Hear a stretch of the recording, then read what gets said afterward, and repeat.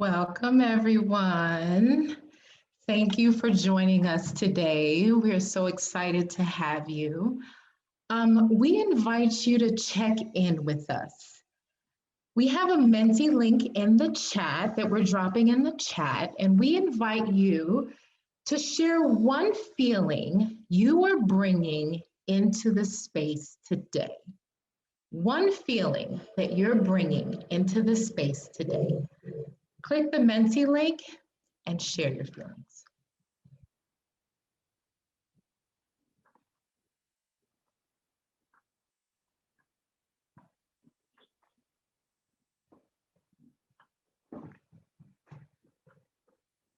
Thank you for sharing. We're seeing a lot of responses come in so far. Community, excitement, frustration, vibration, grief, happiness, hope.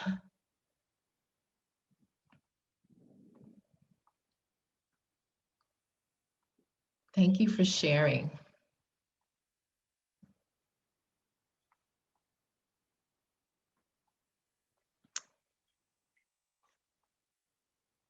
Welcome to our 2021 Impact Call. I'm Rachel Leonidas, the Senior Communications Manager here at ProInspire. I want to thank you for joining us. And also, we want to acknowledge the moment that we're in. These past few weeks have felt acutely important for the work that we're doing around racial equity. From the police killings of Black and Brown people, mass shootings, including the ones targeted at our Asian American and Pacific Islander community. The Derek Chauvin trial, re-traumatizing the George Floyd murder, and the general lack of faith in the justice system, as we all waited on edge for yesterday's guilty verdict. While that moment was met with relief, it also served as a reminder on why our work to accelerate equity is so important. Let's take a deep breath.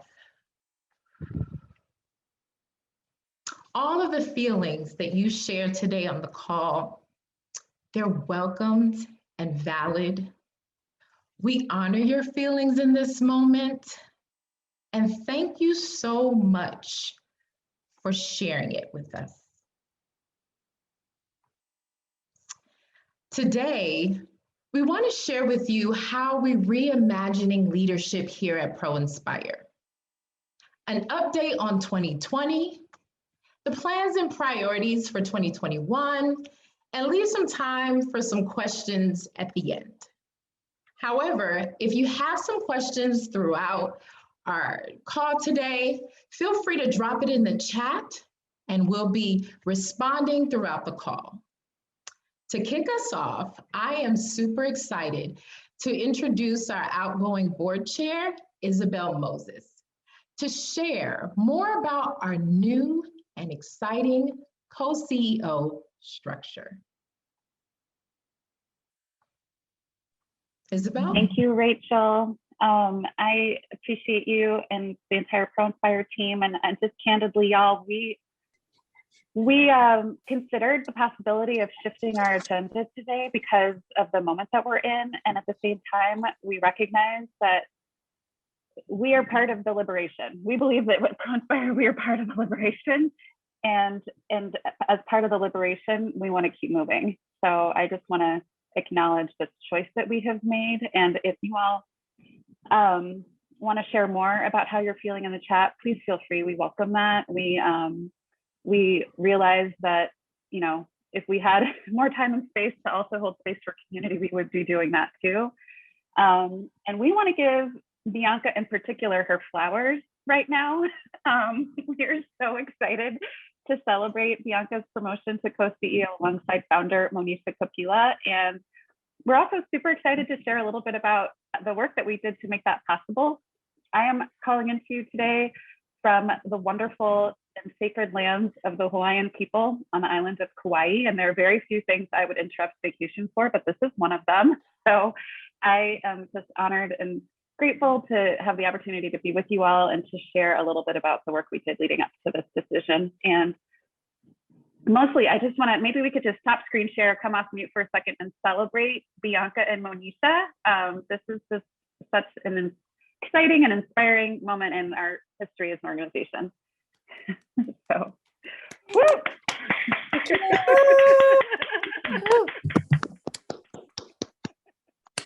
Yay! We are so thrilled. Okay, so carrying on with our agenda, I am just going to talk a little bit more about what led us here. So the decision to move forward with a shared leadership model is really a continuation of the work ProInspire has been doing over the last several years. And I think we're on the next slide, please, Rachel. Our equity journey began in 2015 and it continues today. ProInspire board also started doing some of our own work, particularly in 2017 and 2018 when we did a training with Race Forward, as well as a full day retreat where we really focused on equity as a board.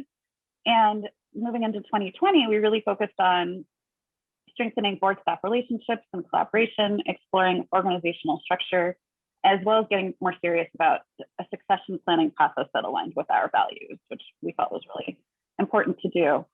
And when I took on the chair seat in 2019, Monisha had already made it quite clear that she was really interested in having a pathway to a different future opportunity. And to be honest, as a board, we were like, what do you mean? You don't want to be CEO forever? So, and at the same time, you know, shifting power and leadership transition is very healthy for organizations, and we wanted to support doing that in a way that would be sustainable for the organization. So we started thinking about what that process might look like, and we began to think about shared leadership as a possibility. So we call. All right, I think I'm back. So we started thinking about how to have more shared leadership at board and staff levels and what conditions are required to promote the success of BIPOC leadership, especially following the transition of a founder or a longtime ED. And so back in late 2019, Monisha was about to recruit a number of new staff members, and we really encouraged her to think about recruiting with an eye towards potential successors. And we're on the next slide, please. And in mid-2020, after hiring Bianca earlier in the year, Monisha shared that she thought Bianca could be the next leader of the organization. And we were really thrilled about this. And as board chair, I thought it would be important for me to really get to know Bianca. And so through a mentoring partnership that we established, I had an opportunity to learn more about Bianca's talents as well as her growth edges. And I particularly recognized that we wanted to make sure Bianca would be set up for success if she were to assume leadership or co-leadership of ProInspire. You know, all too often, Black women are asked to take the helm of an organization with inadequate support, and we wanted to be sure and intentional to disrupt this pattern. I asked Monisha, you know, would you consider a co-CEO model as a means to both promote sustainability for a new leader as well as for herself, and to provide a stable period of transition so that Bianca could learn the role with Monisha by her side. You know, so often we see in organizations that the role of CEO is actually not sustainable for anybody. And we were thinking about, you know, how could we make this actually desirable and not a burden?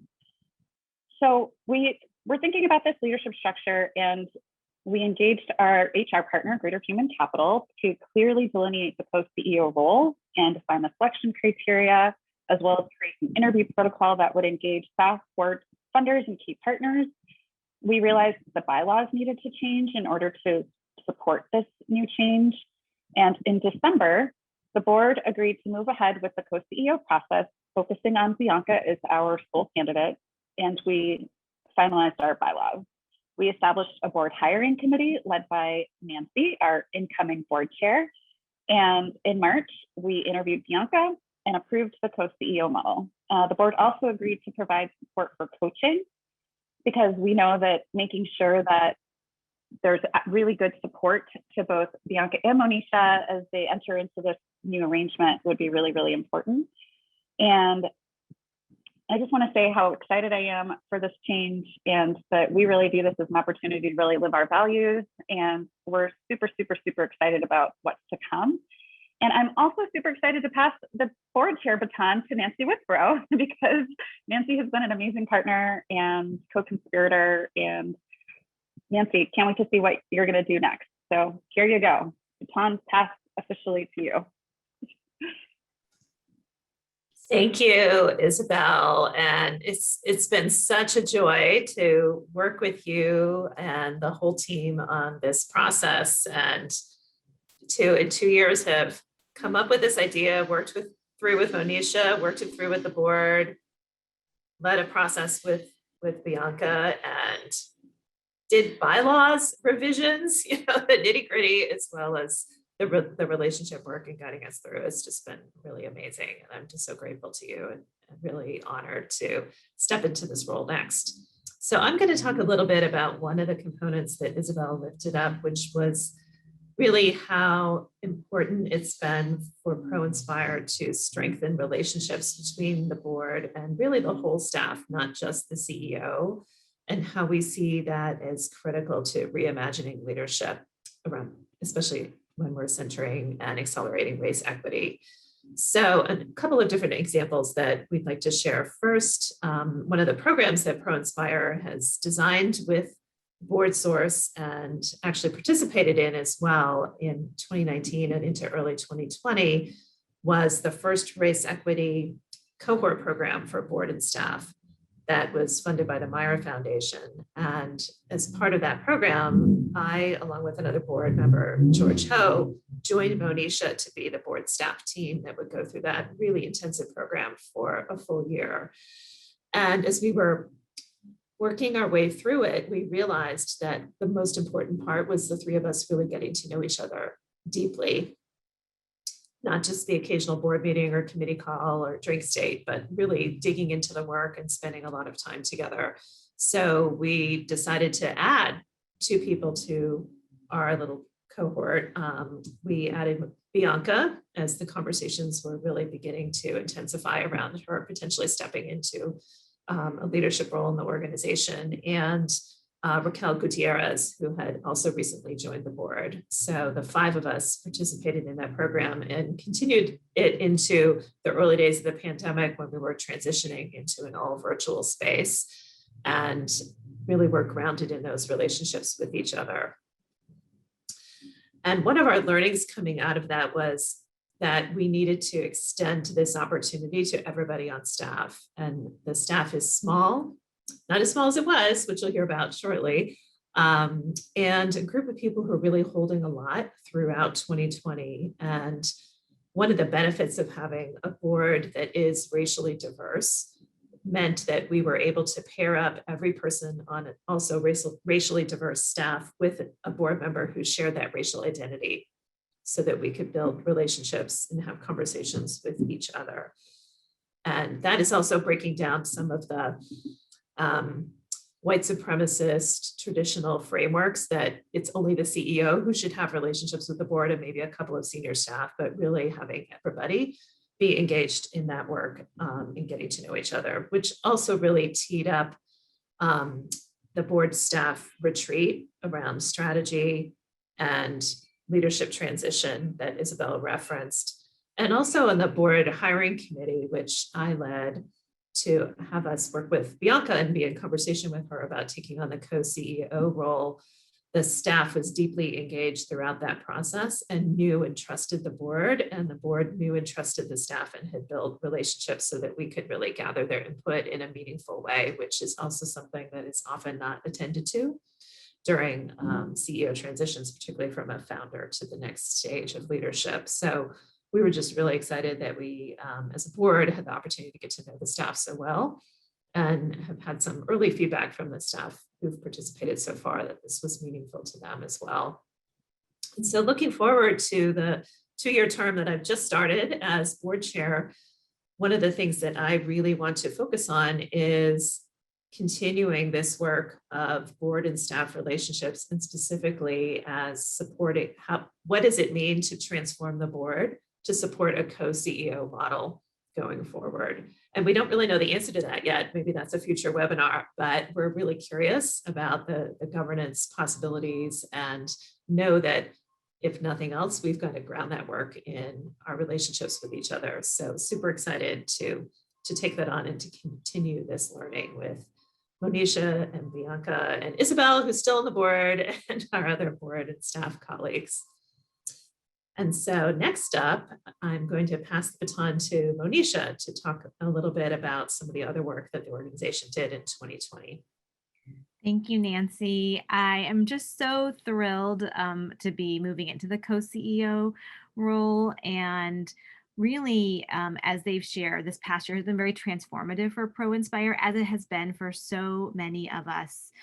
As we looked back on 2020, really recognizing all of the things that people were facing, both individually, that we were facing as an organization, as well as supporting our partners in our communities in this. So the COVID pandemic and really the way that shifted how we approach our work, but also how it highlighted racial inequities in our system, as well as the racial justice awakening that really who was waking up meant that we were having different conversations in the work that we do with organizations, and really helped us shift kind of who we were working with because of their desire to go deeper into that work. And also the election, which just reminded us of how fragile our democracy was, and really thinking through all of these around what is ProInspire's role.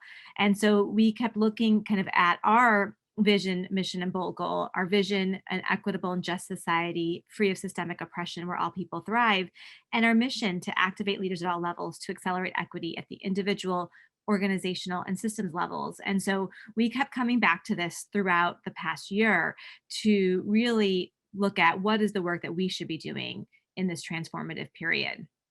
Some of the things that I wanted to highlight from the past year were really around how we supported individuals, strengthened organizations, and influenced the sector. Our work around supporting individuals includes communities of practice and open enrollment programs. And we'll talk a little bit more about one of our new communities of practice, Catalyst Collective, later. And open enrollment programs, we actually we ran the ProInspire Leadership Institute last March, and then right before the pandemic. And then we paused our open enrollment so that we could really focus a lot more on our work to strengthen organizations and influence the sector. We really expanded our work supporting racial equity organizational journeys and supporting leaders and managers with equitable leadership practices, and our influence work around thought leadership, research, collaboration, and convening. Some of the highlights from our influence work: we published a guide last summer called Crises as a Catalyst, a call for race equity and inclusive leadership, which really was looking at the leadership practices for race equity that we've been developing internally and how we were using those to navigate these crises, and a tool for others. We also shared out a series of blogs and webinars really around how do we think about well-being and our experiences in navigating the COVID pandemic. And we wrapped up the ProInspire Fellowship in Digital Finance, which was a fellowship program we launched 4 years ago, and really were able to have some important learnings about how fellows can support change at the federal government level. And then a final big highlight from our influence work was spinning off Equity in the Center. Equity in the Center was a project that we helped launch back in 2017. And in 2019, worked with our board on a participatory process to engage the Equity in the Center advisor to determine next steps. And so that project was able to spin off last September. And we're really excited that Equity in the Center is offering a lot of open enrollment trainings for people who really want to better understand different issues as it relates to race equity. Some of the other highlights from last year: we expanded our consulting and custom programs work. We worked with a number of different organizations, some with full staff, some of them specifically with leadership team and with boards, but really around how we were supporting them as they're thinking about deepening their work around race equity, as they're looking at how are they as managers and leaders supporting inclusive and equitable leadership practices. And all of this work was really supported by institutional and individual fundraising. And many of the folks on this call who have supported us either through gifts or through time, as well as a number of foundations. One of the important things that really helped us last year was an increase in general operating support. And that made it possible for us to look at what do we need to be able to grow and expand our work. And really something that we think is important for the sector overall to be prioritizing. Some of our key lessons from 2020 really were around how do we build trust across our team to face these challenges. And Nancy and Isabel talked about building trust and relationships with board and staff, but also as a team, we had to really deeply invest in ourselves and our time together. Even though we were working virtually, how are we supporting each other with the different experiences people were having as we navigated the pandemic, the racial justice reckoning, as well as fears that were coming up as it related to the election and the ongoing grief that people are facing with all the violence that has continued. We also increased our focus on wellness and well-being and really shifted our work to virtual. And so I wanted to introduce Ashlyn Polanco to talk a little bit more about our work on wellness and well-being. Thanks so much.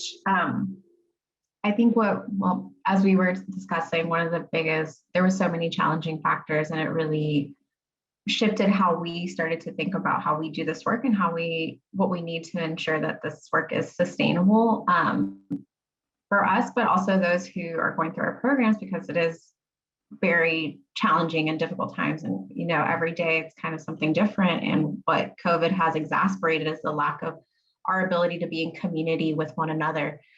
So that was definitely something that we ensure that we focused on in 2020 and going into 2021 and made really central in many of our programs, which was this need for wellness and to practice inner well-being, and really understanding like the way self-care and other components might be marketed, make it seem like it's something that is a barrier and we can't access, and ensuring that everyone should have the opportunity to be able to practice this, because it is going to be a long fight and journey. It has been a lifelong experience for so many, and it's going to be something that we have to continue to ensure is that when you're, trying to fill others' cups, that you have to make sure that yours is also not running on empty. So that's something that we did through. Here are some photos with the Catalyst Collective. Every single time we always have a little bit of an event when we convene together. We were building terrariums in this photo, just as a time to like really decompress and pull away.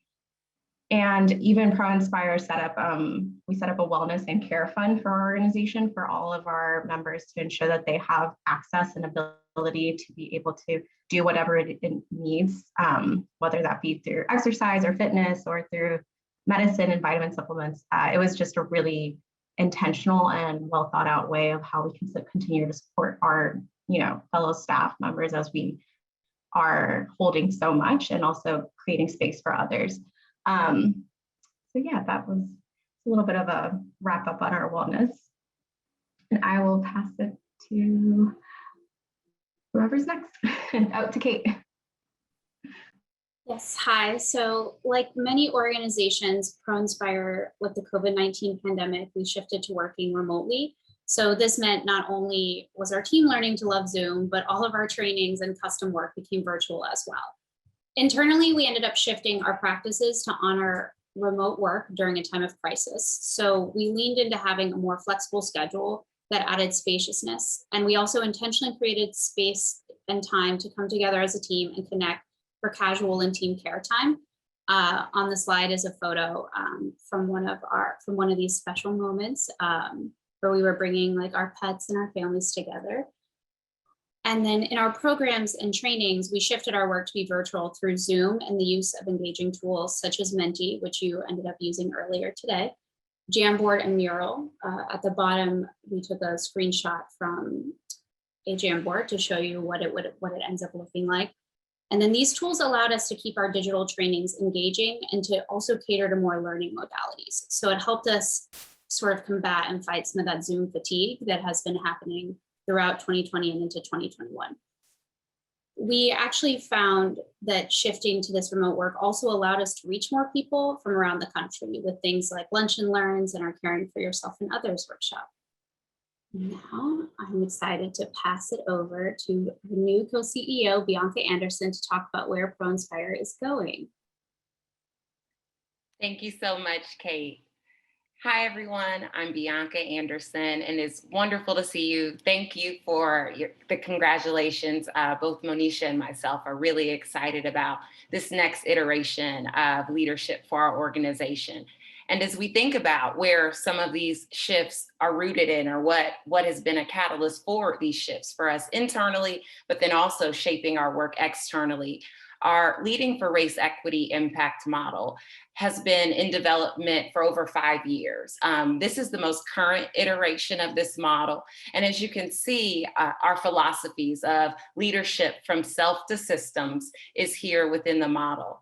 And as we've been, developing this research and kind of testing it out within ourselves, we found a few principles to be really core. First, we've noticed that leaders must prioritize race equity both personally and professionally.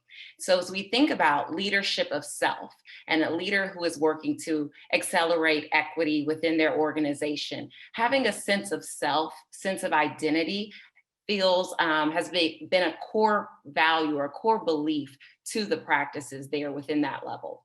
Another thing we've seen is that when leading people, centering relationships is core to being able to create change on teams and within organizations.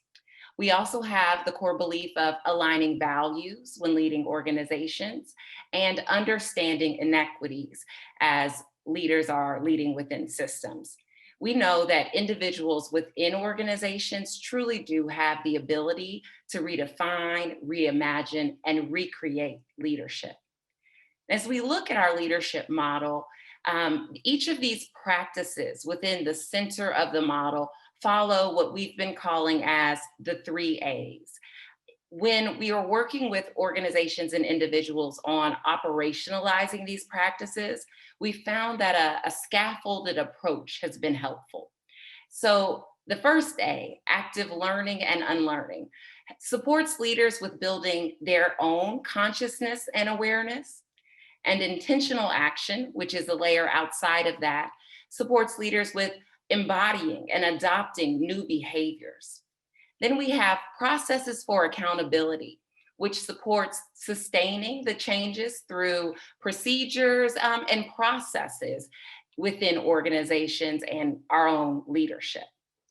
So as we've been working with this model, it's also become apparent to us that over the next 3 years, we'd like to create some goals, some ways to gauge our impact around our bold goal as an organization. So if we look at some of our goals over the next 3 years, we want to continue supporting individuals. We'd like to equip 100 to 150 leaders, particularly BIPOC leaders, through our communities of practice using this Leading for Race Equity Impact model. We also want to strengthen and activate at least 10 nonprofit organizations in working with this model and supporting them through a race equity organizational journey. We see this model influencing or supporting our sector influence work by inspiring at least 3,000 individuals to shift social norms around leadership in ways that accelerate race equity. So these are some big goals, and over the last couple months, it became even more apparent that we needed some team members to support with really achieving these goals. So I want to just take a moment and to acknowledge our new and growing team. We have Dr. Monet Majid, who is a director, Monica Biswas, also a director, Rachel Leonidas, our senior comms manager, Nathaniel Conway, our digital comms manager, and Namira Anani, our associate director. And now Namira is going to speak a little bit around our open enrollment programs. Peace, everyone. My name is Namira Slamanani, and like Bianca mentioned, we just joined. I'm so excited by this team and just by the energy and the really good hearts that are in these spaces. So thank you all for joining us. As Manisha mentioned, like we put a pause on open enrollment, right? So I'm really excited to announce that we are planning a cohort focused on that leading people window for the racial equity impact in the fall. So as I often mention during training spaces, the space is co-created, right, by the facilitators as well as who's in the space. So I'm really looking forward to working with people for this open enrollment space that will be unique, right?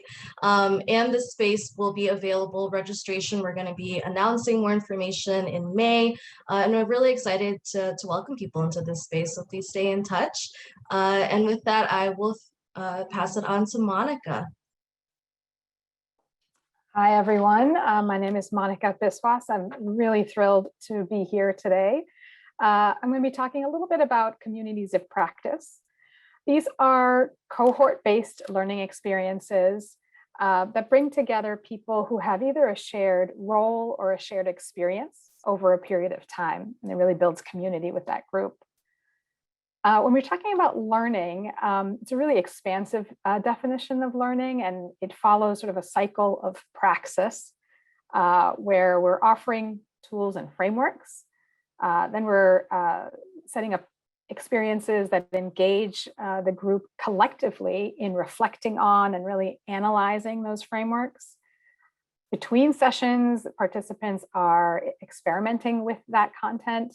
And then they come back and they share their learnings and insights with the rest of the group. The communities of practice also offer a coach to each participant, so they have a one-on-one relationship and a place to really dive deep into kind of the specific experiences that someone is going through. So there's a number of different cohorts we've brought together. The one I'm going to focus on here, you've heard a little bit about today, it's called the Catalyst Collective. And it brings together BIPOC executives and leaders of nonprofit organizations. So for example, last week, actually, we had the second convening with this group. How this played out was that we brought in a thought leader, Cindy Suarez, who's the author of a book called The Power Manual. And before and after Cindy came in and led a session with the group, participants had a chance to read her book, reflect on what was in there. And we had some really powerful and profound conversations about, for example, how different forms of power, like domination power or liberatory power, shows up in their organizations and even within themselves. So they really got to kind of wrestle with and try on different things. It was a very deep conversation. Another aspect of the work is focusing on wellness. So you heard Ashlyn talk about this for us within the organization, and this is true, for the participants in these programs as well. The work they're engaging in is incredibly challenging, and so we modeled this by incorporating moments of pause or reflection or journaling to sort of get people into the rhythm of how to do this on a day-to-day basis. We also allowed space and time to work through issues of racism that they're confronting in their workplace, or coping with what's happening outside in the world, and even reflecting on how white dominant norms, for example, are showing up in our own lives and our own behavior. So it's really very deep work, and so as you might imagine, these are rare opportunities to have a chance to do this together in community. And that healing in community has been one thing that the participants have really said has been an extreme value for them. So we look forward to kind of continuing this work with this group and others.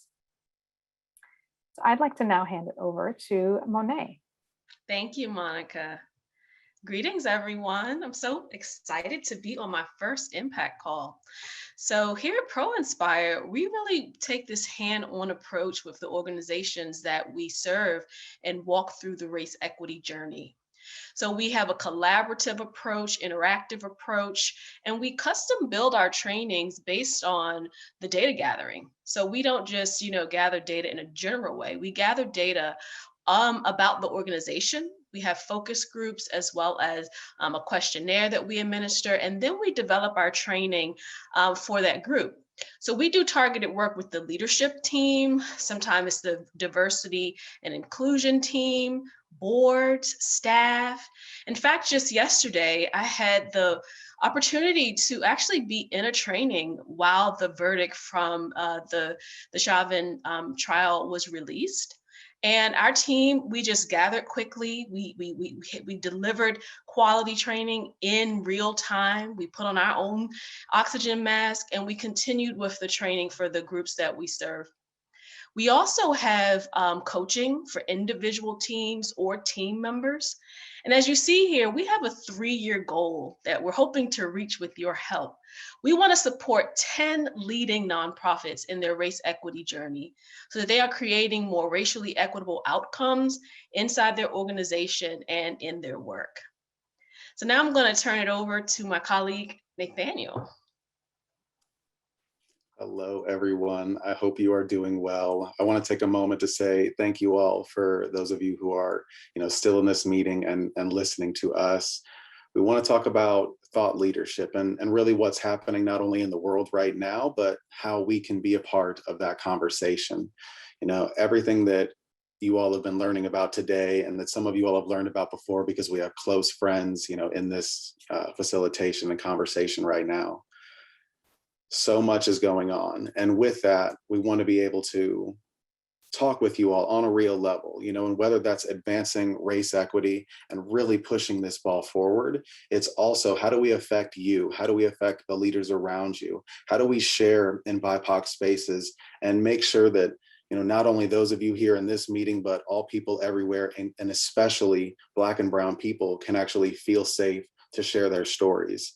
And so whether that's in, papers and releases, podcasts, which some of you might have to share your stories and come in with us, reaching out to us on social media, you can find us everywhere at ProInspire, and we'll be talking with you, and we hope you kind of talk with us as well. As you're hearing, you're also going to be getting some tools or more resources. We have our leadership guide coming out. There's so much that we want to be able to give you all, but unfortunately only so much time to have the conversation. So please talk with us, reach out with us, and hopefully we can bridge this gap with a lot of the problems that we're facing here in our country today. So again, I want to thank you for being a part of this conversation. I'm going to pass the mic over to Bianca for some more ways that you can support. Thank you so much, Nate. So yes, thank you for joining today.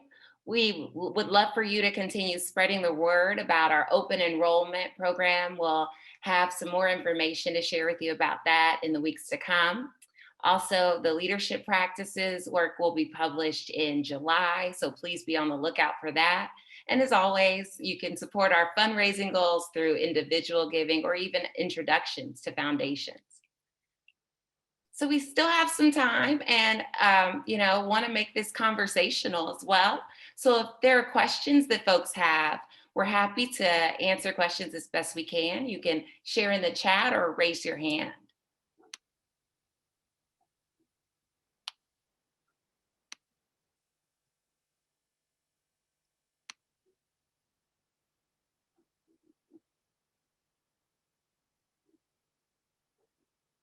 Yes, the playlist. You can follow it on Spotify.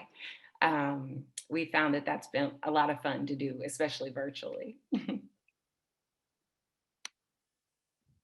Monisha, anything you'd add? I just really want to express appreciation for the amazing team we have here, but also so many supporters and partners.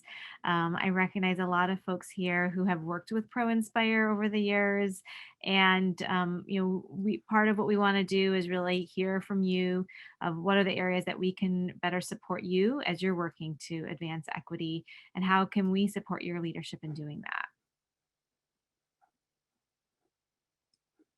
It looks like Jen Page has a question.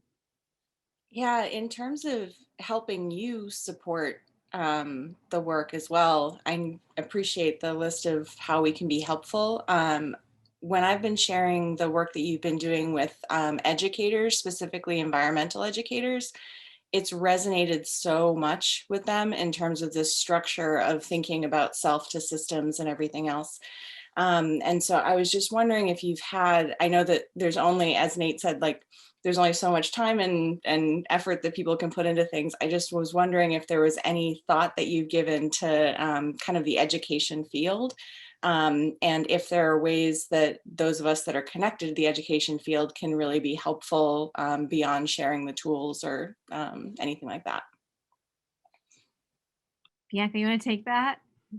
Yes, I'm happy to. So Jen, I'm a former educator. I was a teacher. You maybe see me light up when you said that. Former classroom teacher, and a couple other folks on our team are as well. We haven't necessarily thought about education specifically, but would love to have that conversation, because definitely a lot of the work that has informed this self through systems, thinking about what you have and what you're giving, definitely comes from education pedagogy. So would love to be in conversation about that.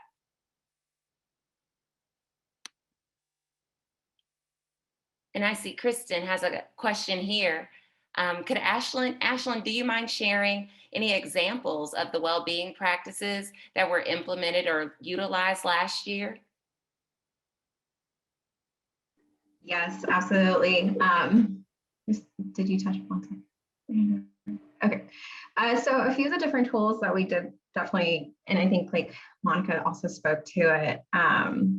Well, one thing that we did last year was that we worked with an external consultant. Her name is Michelle Goodlow. She's a licensed therapist, and she came and helped us do a few different lunch and learns, as well as really expanded our own learning around how to practice inner well-being a little bit better by doing some sessions around creating a self-care plan, as well as how, building into meetings, how we can discuss the ways like intentionality of like bringing in breathing mechanisms, grounding before we start our sessions together.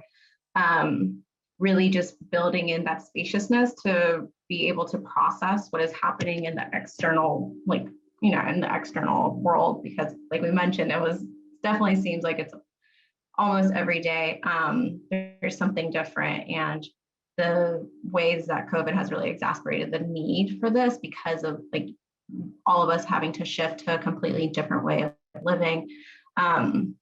So there's some like different types of ways that we have done this as an organization, and we have built that into the times we meet together. I think besides that, just really how we can bring in like play was another idea that we brought into the Catalyst Collective. Like I mentioned the terrarium building in this last go around. We also had paint night, and we do cooking class. We've had cooking and cocktail making classes, and just ways to like kind of step away a bit from the work and just be together in community, even though we can't actually physically be with one another.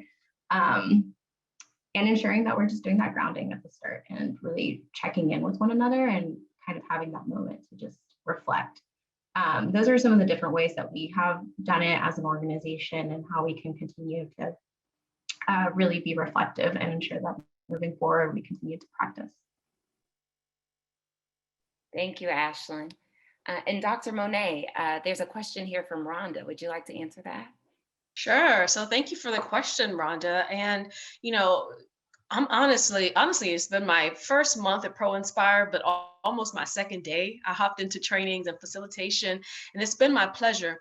And so one of the things that we have seen in our data gathering, as well as the sessions, is a lot of contrast between how BIPOC and white employees see the organization, see pathways for growth, see access to resources and advancement. And just recently we did a session and we talked about just showing up fully. Like, are you able to fully be yourself in your organization? And there was a big difference between the responses from BIPOC as well as the white employees. And so we've been taking a lot of time, and a lot of questions have come up around like building trust, transparency. And typically in the field, people will say these are soft skills, but we have found them to be valuable, like to set that foundation for the real race equity journey. And, you know, we've also been getting a lot of questions on how do we go from power hoarding to power sharing?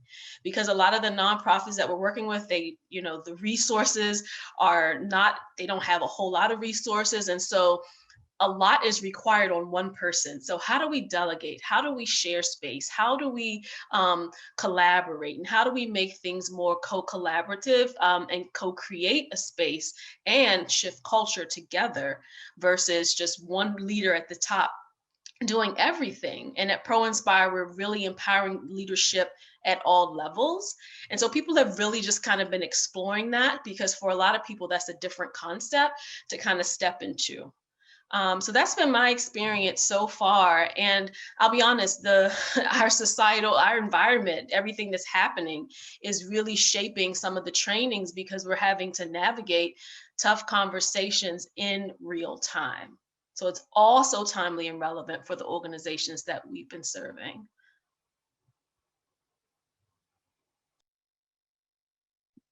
Thank you for that. Bianca, I can answer this question. Thank you for asking about other ways that we can share out. And we, part of our goals around influence are to actually really increase what we're doing as it relates to having more webinars, podcasts, and other pieces. We've heard from a number of folks of just interest in shared leadership models, and we're learning, but also want to share out more about what we're learning and some of the things even that Isabella and Nancy mentioned, some of the details of the process they led that hopefully could be supportive for other organizations who are considering this. The leadership practices for race equity impact that Bianca shared, we're planning to publish that this summer and have a whole set of ways that we can really provide more information for people who want to learn about that.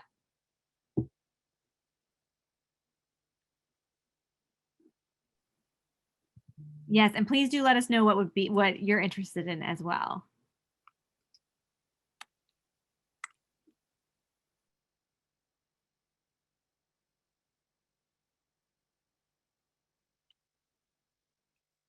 Well, great.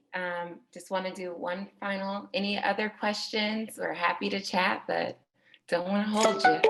Bianca, can I just have one more moment? Yeah. One of the things that we've also been bringing to our trainings is this element of mindfulness.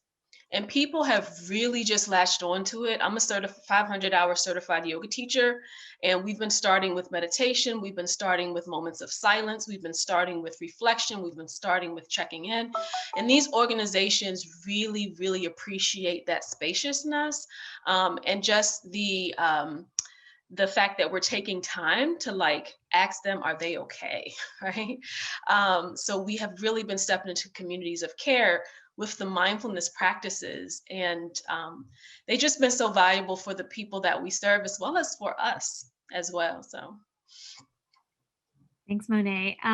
There's another question from Dina about the advisory councils and network leadership council and the board.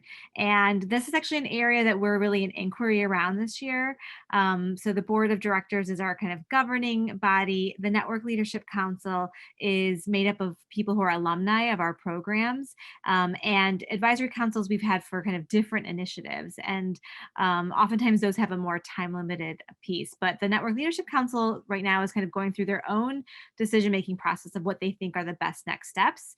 And part of our approach around really listening to community is kind of hearing from them about what they think should be the future of how they approach their work. And one of the areas that the board, as Isabella and Nancy mentioned, it's really trying to continue to deepen the board's race equity work has been both around supporting the shared leadership model, but also looking at, where are there places that maybe boards historically have made decisions that there is a desire to share power or to share decision making.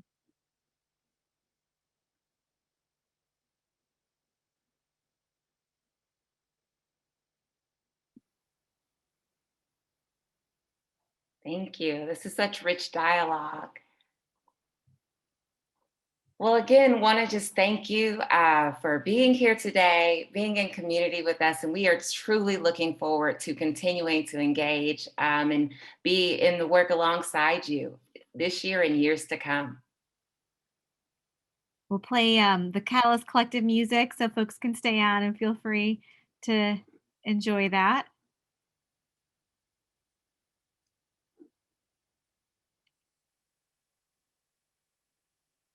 Thank you for joining. Thank you, everyone.